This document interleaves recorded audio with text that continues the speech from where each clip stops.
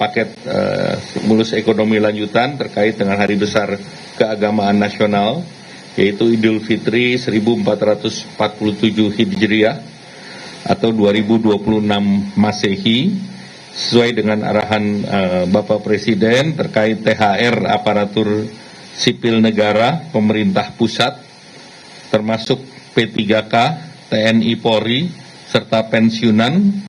Pemerintah telah menyiapkan anggaran sebesar 55 triliun rupiah, dibandingkan tahun lalu ini meningkat, tahun lalu 49 triliun, naik 10%. THR ASN tahun 2026 yang akan disalurkan kepada 2,4 juta ASN pusat TNI Polri dengan total 22,2 triliun, kemudian 4,3 juta ASN daerah total 20,2 triliun, kemudian 3,8 juta pensiunan, totalnya 12,7 triliun. Nah, komponen yang dibayarkan 100% penuh meliputi gaji pokok, tunjangan keluarga, tunjangan pangan, tunjangan jabatan, kinerja sesuai dengan regulasi yang berlaku. Pemberian THR merupakan hal yang berbeda dengan pemberian gaji yang ke-13. Jadi, saya garis bawahi bahwa THR ini tidak sama dengan gaji ke-13. Gaji ke-13 biasanya diberikan di bulan Juni. Nah, pencairan THR dimulai secara bertahap sejak 26 Februari yang lalu, minggu pertama, dan THR tersebut diberikan kepada PNS, CPNS, P3K, pejabat negara, prajurit TNI, anggota Polri, pensiunan PNS, pensiunan prajurit TNI Polri, hingga pensiunan pejabat negara. Sedangkan untuk gaji 13 ya seperti biasanya dibayarkan di bulan Juni. Untuk sektor swasta, kewajibannya wajib dibayar penuh, tidak boleh dicicil, dan paling lambat dibayarkan H-7 Lebaran. Jadi THR diberikan kepada pekerja dengan masa kerja minimal 1 tahun, dan kemudian juga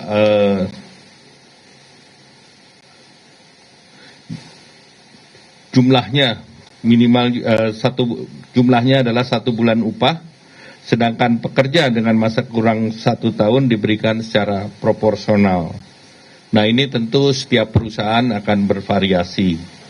Nah, berdasarkan data dari BPJS Ketenagakerjaan, penerima upah yang tercatat adalah 26,5 juta pekerja, dan diperkirakan jumlah THR yang dibayarkan senilai 124 triliun rupiah untuk THR sektor swasta, dan ini diharapkan bisa mendorong konsumsi nasional secara signifikan. Kemudian bonus hari raya untuk ojol. Ini bonus hari raya ini telah dilakukan dengan komunikasi intensif dengan para aplikator, dan alhamdulillah komitmen kuat dari para aplikator juga diwakili dengan yang hadir pada pagi hari ini. Jumlah yang diberikan ini BHR tahun 2025 bisa mencakup kepada sekitar 850.000 mitra penerima atau pengemudi dengan nilai total 220 miliar, dan ini 2 kali dari tahun lalu. Tahun lalu itu sekitar 110 miliar dari masing-masing aplikator seperti Goto dan Grab. Tahun lalu menyediakan 50 miliar masing-masing.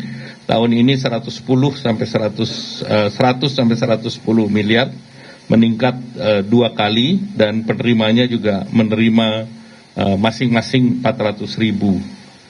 Maxim juga memberikan kepada 51.000 mitra sebagai penerima BHR.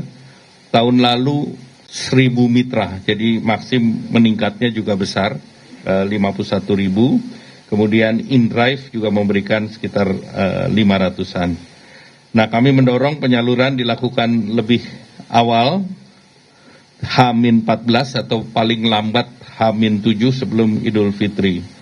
Terkait dengan perlindungan jaminan sosial bagi pengemudi, hingga saat ini mitra pengemudi mengikuti jaminan kecelakaan kerja JKK dan jaminan kematian atau JKM BPJS Ketenagakerjaan.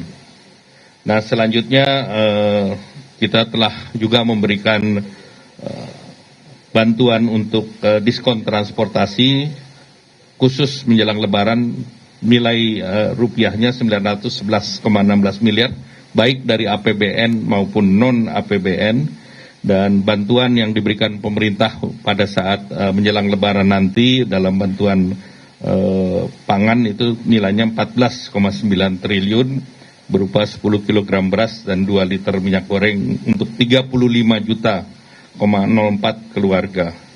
Dan pemerintah juga sudah mengumumkan work from anywhere tanggal 16, 17, 25, 26, dan 27 Maret. Selanjutnya kami persilahkan Pak Prof. Yasirli. Baik, terima kasih Pak Menko yang